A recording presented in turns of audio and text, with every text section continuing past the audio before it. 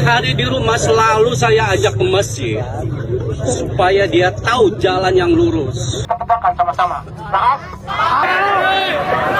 Dari video tersebut saya ingin menyampaikan bahwasanya negara Indonesia merupakan salah satu negara yang begitu kental agama dan budayanya. Dan negara Indonesia juga merupakan salah satu negara yang hanya mengakui dua jenis kelamin, yaitu laki-laki dan perempuan.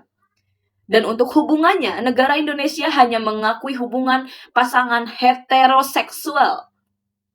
Jadi di luar heteroseksual, negara tidak mengakui dan tidak melegalkannya.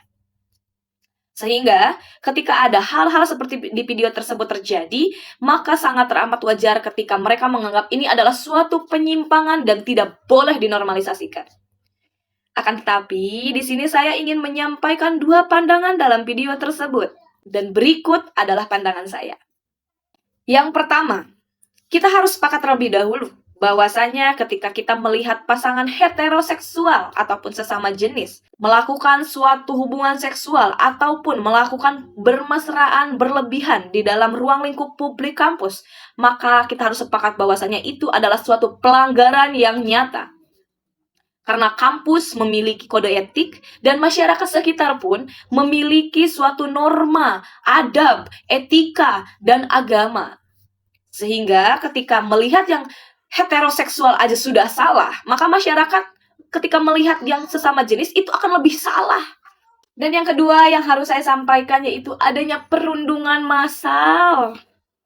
Kadang kita lupa menjadi manusia kalau lagi emosional. Kadang kita lupa bahwasanya mereka juga manusia yang punya mental.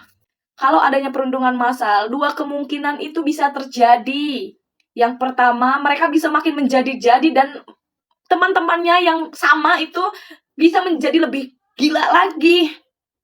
Dan yang kedua, kalau mental mereka hancur, akibat terfatal adalah mengakhiri hidup. Dan ketika hal tersebut terjadi, apakah kita sebagai manusia mau menjadi penyebab mereka mengakhiri hidup? Tidak kan? Negara tuh harus hadir akan perkara seperti ini. Agar hal-hal seperti ini tidak terjadi lagi. Dengan adanya Raperda Jabar tentang anti-LGBT, saya harap isinya bisa mencakup tentang rehabilitasi. Agar orang-orang seperti ini bisa direhab. Kalaupun tidak sembuh, setidaknya bisa lebih baik.